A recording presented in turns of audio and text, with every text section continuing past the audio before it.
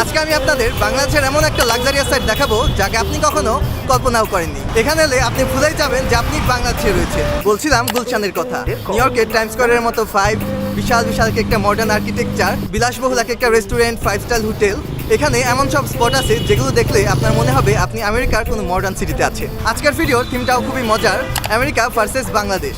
গুলশানকে বলা হয় বাংলাদেশের মিনি আমেরিকা, আর আজকে আমরা তা ঘুরে ঘুরে বোঝার চেষ্টা করব কেন তা বলা হয়, কতটুকু মিল রয়েছে।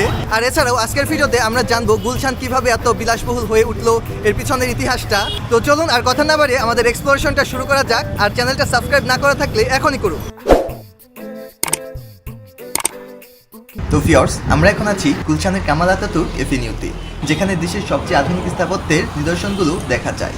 তো এই জায়গাটি ঘোরার পর আমরা যাব গুলশানের অন্যতম আকর্ষণ টাইমস স্কয়ারে। তো এখানে আপনারা দেখতে পারতেছেন শেরাটন হোটেল, যা তার আধুনিক ও বিলাসবহুল নকশায় ঢাকাকে এক নতুন উচ্চতায় নিয়ে গেছে। আসলে এটা সম্পূর্ণ দেখার জন্য আপনাকে একদম ঘাটটা সম্পূর্ণ উপর করে তাকিয়ে থাকতে হবে। এর পাশেই রয়েছে এমন একটি অনন্য স্থাপনা যা সামাজিক যোগাযোগ মাধ্যমে ব্যাপক জনপ্রিয়তা পেয়েছে তার অসাধারণ ডিজাইনের জন্য। আমি এখন এমন একটা জায়গায় আসছি, আমার পিছনে আপনার যে আর্কিটেকচারগুলো দেখতে পারতেছেন সেগুলো দেখে আমি শুধু হাঁ করে তাকিয়েই আসছি, যেগুলা কতবার, কেননা এখনও পর্যন্ত আমার কোনো ফরেন কান্ট্রিতে যাওয়া হয় নাই। তো এগুলো দেখে স্বাভাবিকভাবে আমি একটু অবাক, একটু ওয়ান্ডার যে ওয়াও হোয়াট ইজ দিস। তো এগুলো আসলে অনেক সুন্দর লাগতেছে, আপনাদেরও আমি দেখানোর চেষ্টা করতেছি। এই রাস্তার পরিচ্ছন্নতা ও পরিকল্পিত সৌন্দর্য গুলশানের পরিবেশকে আরও আধুনিক ও সুশৃঙ্খল করে গড়ে তুলেছে। সত্যি এখানে ঢাকার নবায়নশীল রূপের ছোঁয়া পাওয়া যায়, যা এই শহরের পরিবর্তন ও উন্নয়নের প্রতিচ্ছবি। এটা হলো গুলশানের স্পেশাল পাবলিক ট্রান্সপোর্ট। এই বাসগুলো আপনি গুলশান ছাড়া বাংলাদেশের অন্য কোথাও দেখতে পারবেন না, যাকে বলা চলে উন্নত শহরের জন্য উন্নত বাস।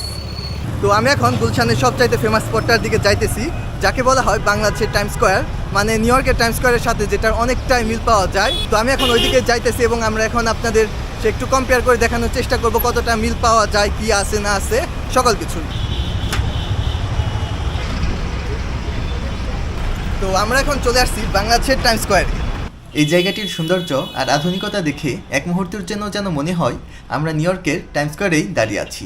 চারপাশে উঁচু উঁচু ভবন, ডিজিটাল স্ক্রিনের ঝলকানি আর বিশালাকার বিলবোর্ডগুলো পুরো এলাকাটিকে আলোকিত করে তুলেছে। গুলশানের এই টাইমস স্কয়ার আসলেই দেশের আধুনিকতার এক নতুন প্রতীক। যেমনটা নিউ ইয়র্ক টাইমস স্কয়ারে দেখা যায়, এখানেও বড় বড় ব্র্যান্ডের বিজ্ঞাপন, ঝলমলে আলোর খেলা আর মানুষজনের ব্যস্ত ভিড় পুরো জায়গাটিকে দিয়েছে এক ভিন্নধর্মী শহরে পরিবেশ। এই দৃশ্যগুলোতে যেন ঢাকার ভবিষ্যৎ উন্নয়নের এক ঝলক দেখতে পাচ্ছি। প্রতিটি বিল্ডিং, প্রতিটি আলো এক আধুনিক বাংলাদেশের গল্প বলে, যেখানে প্রগতি আর উদ্ভাবন একত্রিত হয়েছে। তো গুলশানে এসে একটা নতুন ড্রিঙ্কস ট্রাই করতেছি, নাম হচ্ছে গিয়ে ব্রুফানা। তো এটা একটা ইলেকট্রোলাইজড বেভারেজ, আগে কখনো ট্রাই করা হয় নাই। তো নতুন একটা জায়গায় এসে নতুন কিছু ট্রাই করতেছি। তো আমরা দুইটা ফ্লেভারে নিচ্ছি, একটা হচ্ছে গিয়ে ম্যাঙ্গো আর একটা হচ্ছে গিয়ে পাইনাপল। তো আমরা একে একে দুইটাই ট্রাই করবো আর কি। তো এখন ট্রাই করতে যাচ্ছি, আমি এখন ফুড ব্লগার হয়ে গেছি।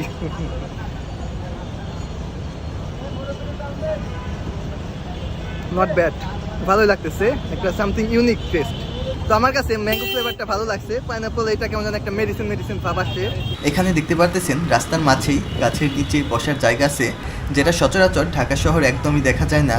গুলশানের সবচেয়ে চমৎকার বিষয় হলো এখানে শুধু বিলাসবহুল বিল্ডিং আর রাস্তা নয়, প্রকৃতির ছোঁয়াও আছে, আর সেটি হলো গিয়ে গুলশান লেক। আমরা এখন ওইদিকেই যাব এবং বোটে চড়ে সম্পূর্ণ গুলশান লেকটা ঘুরে দেখার চেষ্টা করব। তো আমরা এখন এই রাস্তাটা ধরে গুলশান 1-এর দিকে যাচ্ছি এবং ওইখান থেকেই আমরা গুলশান লেকে যাব। আর এখন আমরা চলে এসেছি গুলশান 1-এ।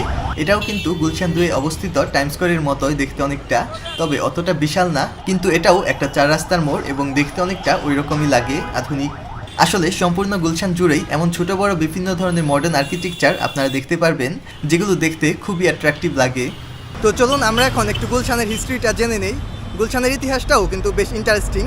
এটা শুরুটা হয়েছিল 1961 সালে। তখন এটা প্রথম পরিকল্পিতভাবে একটা রেসিডেন্সিয়াল এরিয়া হিসেবে গড়ে ওঠে, যেখানে থাকতেন বিদেশি কূটনীতিবিদ, পাকিস্তানি অফিসাররা, মানে তখন তো বাংলাদেশ পাকিস্তানের আন্ডারে ছিল, এবং বড় ব্যবসায়ীরা এখানে থাকতে পছন্দ করতেন। তবে সময়ের সাথে সাথে গুলশান কূটনীতিবিদ এবং ব্যবসায়ীদের কেন্দ্রবিন্দুতে পরিণত হয় এবং আজকের দিনে গুলশান দেশের সবচাইতে বিলাসবহুল স্থানে পরিণত হয়েছে। তো ভিউয়ার্স, দেখতে পারতেছেন আমরা এখন চলে আসছি গুলশান লেকের পাড়ে। এই লেকটি শুধু প্রাকৃতিক সৌন্দর্যের এক বিশাল উৎস নয়, বরং ঢাকার এই ব্যস্ত নগরীর মাঝে এক প্রশান্তির স্থান। এখানে বোট সার্ভিসও চালু রয়েছে, যা এখানকার সাধারণ মানুষদের যাতায়াতের জন্য একটা অন্যতম বাহন।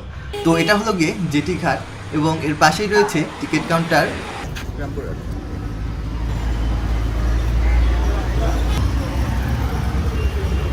এখন আমরা টিকিট কেটে নিয়েছি রামপুরার 25 টাকা করে। তো এখান থেকে আপনারা বোটের মাধ্যমে রামপুরা বনশ্রী বা এফডিসিতে যাইতে পারবেন। এফডিসির টিকিট মূল্য হচ্ছে কি 40 টাকা এবং বনশ্রী বা রামপুরার টিকিট মূল্য হচ্ছে কি 25 টাকা করে। তো আমাদের বোট এখন চলে আসছে, তো আমরা এখন উঠে পড়বো। তো আমরা এখন নৌকায় চড়ে রামপুরা যাব এবং ওইখান থেকে আবার নৌকায় চড়ে ফেরত আসবো। এই নৌকা ভ্রমণ চলাকালীন কিন্তু পুরো গুলশান শহরের মনোমুগ্ধকর দৃশ্য দেখা যায়। এই লেকের চারপাশে অনেক অভিজাত বাড়ি রয়েছে, যেগুলো যেন শহরের এই এলাকাকে আরও সৌন্দর্যমণ্ডিত করে তুলেছে। প্রতিটি বাড়ি যেন এক একটা রাজপ্রাসাদের মতো দেখতে, যা গুলশানের অভিজাতের পরিচয় বহন করে।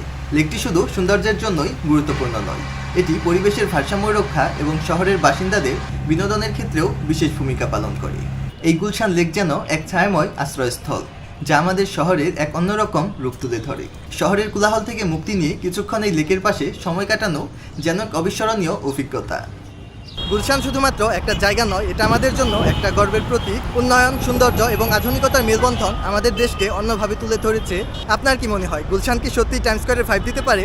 কমেন্টে জানাতে পারেন আপনার মতামত। তো আজকের এই ভিডিওতে আমি আপনাদের সামনে গুলশানের লাক্সারিয়াস সাইডটা এবং এর সৌন্দর্যটা তুলে ধরার চেষ্টা করছি। আশা করি সব কিছু মিলিয়ে আপনাদের এই ভিডিওটা ভালো লাগছে।